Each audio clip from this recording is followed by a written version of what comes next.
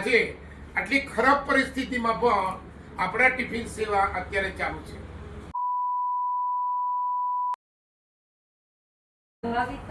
દર્શક મિત્રો, મંજુમાના રસોડામાં આપનું હાર્દિક સ્વાગત છે. ખાસ જણાવવાનું કે છેલ્લા 10 દિવસ થયા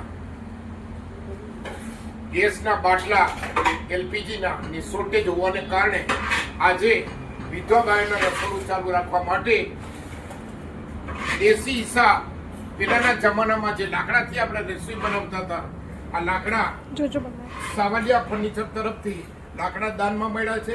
તે બદલ તેમનો આ ખાસ આભાર. અને સાથે સાથે અહીંયા આપણે આ ચૂલા ઉપર વઘારેલી ખીચડી બનાવી છે, જેથી એનો ટેસ્ટ પણ અલગ થાય છે.